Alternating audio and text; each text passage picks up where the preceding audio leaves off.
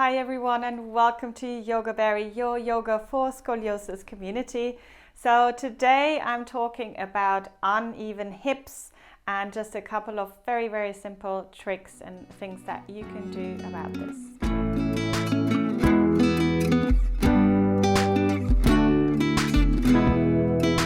So uneven hips, very broadly speaking and very generally, usually have two kind of main causes. Either you've got a leg length difference, so one leg is shorter than the other, or the other one could be due to scoliosis, which can either be structural or functional. So if you want to learn more about this, I've got another video about this.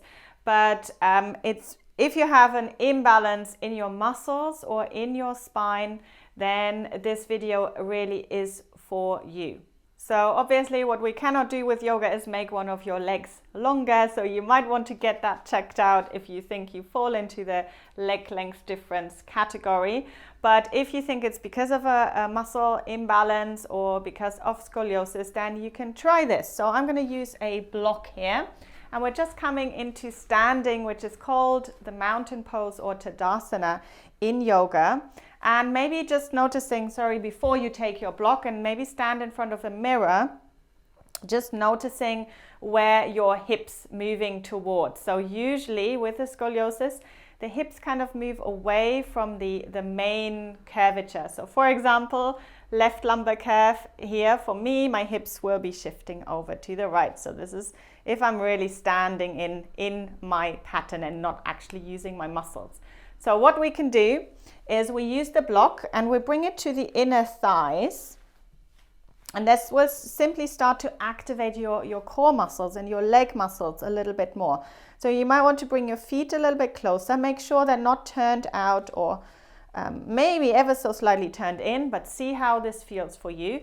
And start to squeeze the inner thighs into the block and feel that activation and noticing how you lengthen, and see, maybe check in the mirror if this has made a difference, if your hips kind of look maybe a little bit more even. So I know they do for me.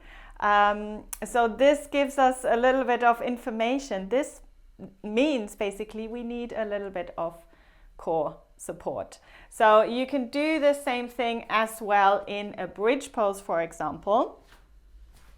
So if we lie down on the back, we bring the block to the inner thighs. Make sure you have your feet a little bit closer together, and then start to squeeze the block coming up into your bridge. And yes, your legs will be working a lot more than when you do this without the block, but it gives you a tremendous amount of stability. And then you can slowly come down when you had enough. So these are just a couple of very simple things to experiment with. And if you find it helpful, then you might want to check out my core strengthening videos here on this channel.